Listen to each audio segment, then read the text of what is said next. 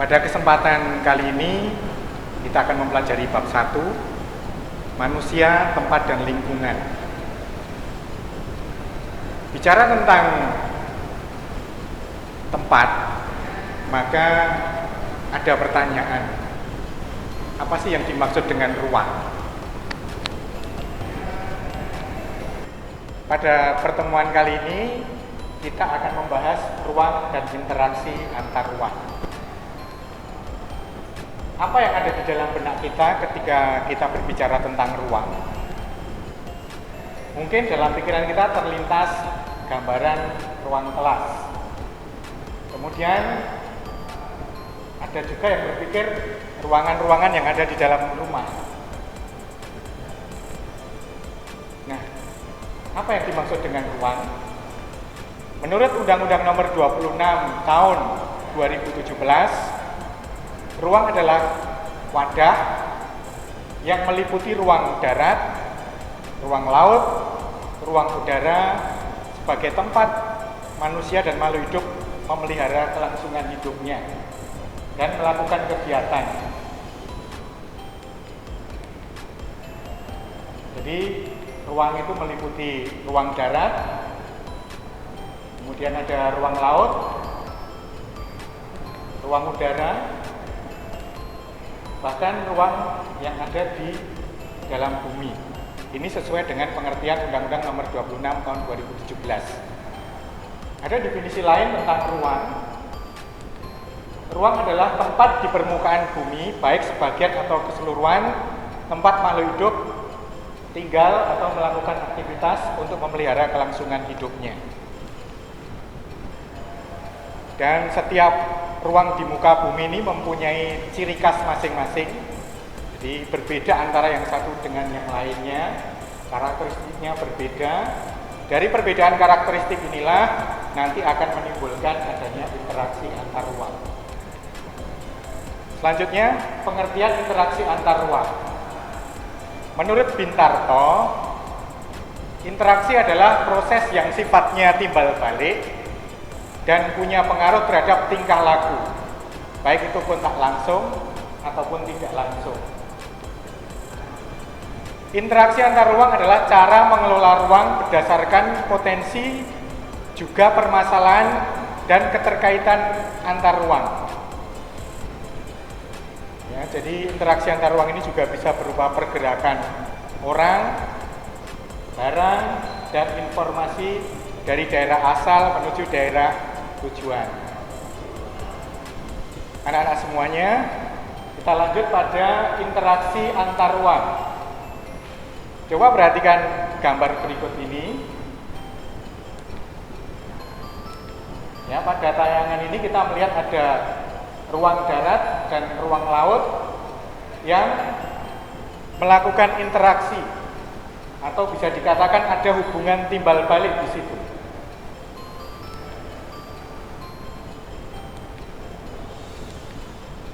Bentuk-bentuk interaksi antar ruang, yang pertama adalah mobilitas penduduk, perpindahan atau pergerakan manusia. Ini contohnya seperti migrasi, emigrasi, transmigrasi, wisata, studi lanjut ke luar negeri misalnya, ini adalah contoh mobilitas penduduk. Kemudian komunikasi, interaksi melalui perpindahan ide, gagasan, dan informasi. Contohnya kita melihat tayangan televisi, membaca, dan sebagainya. Kemudian transportasi. Transportasi ini adalah interaksi melalui perpindahan barang atau energi, contohnya pengangkutan barang dan perdagangan. Contoh mobilitas penduduk. Nah, ini bisa kita lihat gambar-gambarnya ya.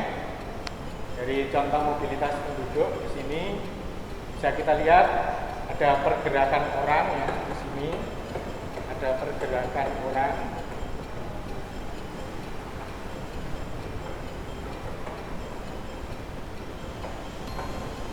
Yang berpindah tempat. Ya, ada pergerakan orang yang berpindah tempat dari satu tempat ke tempat yang lain. Contoh komunikasi. Anda bisa melihat gambarnya di sini. Ya. Kemudian contoh transportasi.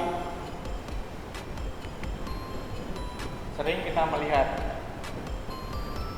pengangkutan yang dilakukan oleh truk ataupun mobil box untuk mengangkut barang ataupun manusia misalnya diangkut dengan bis dan sebagainya. Beberapa kondisi saling bergantung yang diperlukan untuk terjadinya interaksi keruangan.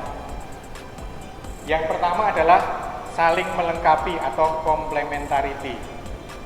Jadi di sini biasanya antara daerah yang satu dengan daerah yang lain ini memiliki perbedaan komoditas yang dihasilkan, kemudian saling melakukan interaksi perdagangan. Contohnya, wilayah A penghasil sayuran, wilayah B penghasil ikan, maka karena kebutuhannya berbeda masing-masing daerah terjadi interaksi, sehingga tercipta aktivitas jual beli. Nah, ini contoh, kalau bisa kita tayangkan dalam tayangannya, ya. Ini penghasil sayur, jadi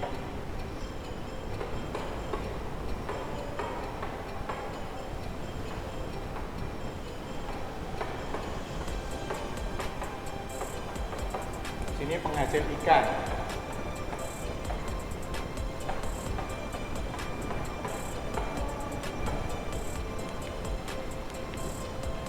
Terjadi hubungan timbal balik saling melengkapi antar wilayah dengan sumber daya yang berbeda.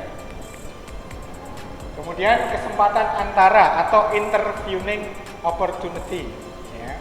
Kesempatan antara di sini satu lokasi menawarkan alternatif yang lebih baik, baik sebagai tempat asal maupun sebagai tempat tujuan.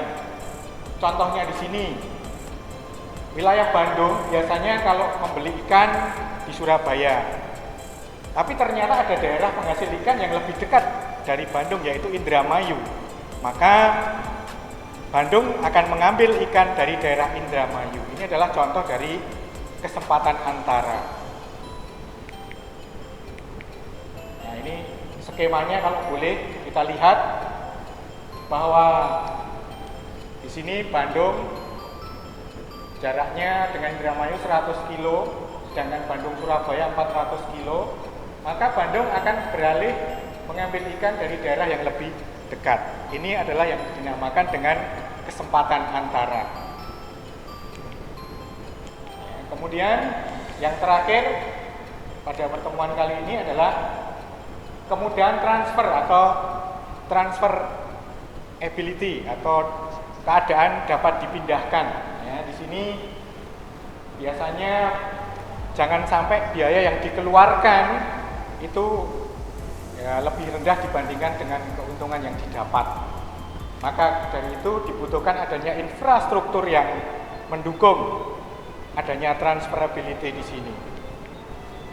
Contohnya, seorang yang akan menjual sayur dari wilayah Bandung ke Indramayu, namun jalan menuju ke Indramayu mengalami kerusakan sehingga tidak bisa dilalui. Akibatnya orang akan lebih cenderung beralih ke Cirebon karena akses jalannya lebih baik dan lancar.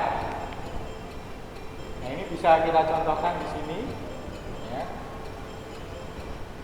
Di sini ada jalan yang rusak di sini misalnya ya. Ada jalan yang rusak. Kemudian di sini bisa kita contohkan jalannya mulus. Maka orang akan cenderung mencari cara yang lebih mudah, memilih jalan yang lebih baik untuk mencapai lokasi yang diinginkan. Disinilah yang dimaksud dengan kemudahan transfer. Demikian materi yang bisa kami sampaikan pada pertemuan kali ini anak-anak. Terima kasih atas perhatian. Selamat pagi semuanya.